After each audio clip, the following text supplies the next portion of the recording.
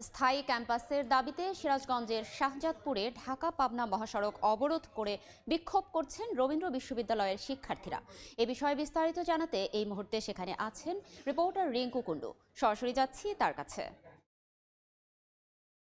Campus নির্মাণের দাবিতে রবীন্দ্র বিশ্ববিদ্যালয়ের শিক্ষার্থীরা ঢাকা পাবনা যে মহাসড়কটি রয়েছে সেই মহাসড়কটি কিছুক্ষণ আগে অবরোধ করেছে এবং অবরোধ করে তারা বিক্ষোভ করছে এবং তারা বারবারই দাবি করছে তাদের বিশ্ববিদ্যালয় প্রতিষ্ঠার ৮ বছর হয়ে গেলেও কিন্তু এখনো যে তাদের যে নিজস্ব ক্যাম্পাস অথবা স্থায়ী ক্যাম্পাস নির্মাণ হয়নি, সেই ক্যাম্পাস নির্মাণের দাবিতেই কিন্তু শিক্ষার্থীরা গত কয়েকদিন ধরে আন্দোলন করছে, বিভিন্ন কর্মসূচি পালন করছে। আজকে তারা ঢাকা পাবনা মহাসড়ক সকাল কিছুক্ষণ আগে থেকে তারা এই ঢাকা পাবনা মহাসড়কের সিরাজগঞ্জ শাহজাদপুরে বিসিক করে তারা কিন্তু তাদের যে বিক্ষোভ মিছিলটি নিয়ে এসে বিশ্ববিদ্যালয় মিছিলটি নিয়ে এসে সেরা রাস্তায় ঢাকা পাবনা যে মহাসড়কটি রয়েছে সেই পুরো রাস্তাটি আটকে দিয়েছে। অসংখ্য যানবাহন কিন্তু আটকা পড়েছে, কারণ এটি ঢাকা পাবনা মহাসড়কের যে পাবনা বগুড়া পাবনা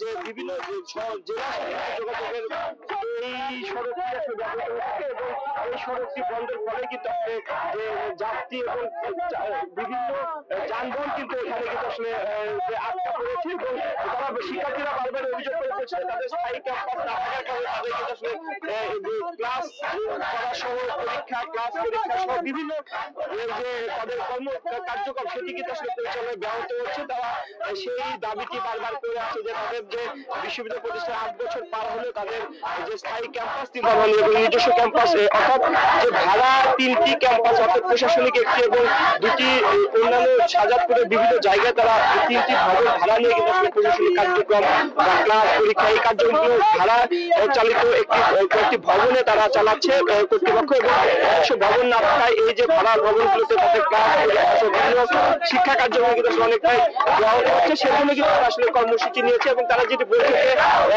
কর্তৃপক্ষের আশ্বাস এবং যে স্থায়ী বিশ্ববিদ্যালয় ক্যাম্পাস নির্মাণের যে কার্যক্রম সেটি আসলে শুরু না করে তারা এই কর্মসূচি চালিয়ে যাবে। তো এই ছিল সিরাজগঞ্জ থেকে আমাদের কাছে শিক্ষার্থীদের যে সড়ক অবরোধ তার সবশেষ খবর। সরাসরি যুক্ত ছিলাম সিরাজগঞ্জের শাহজাদপুরে।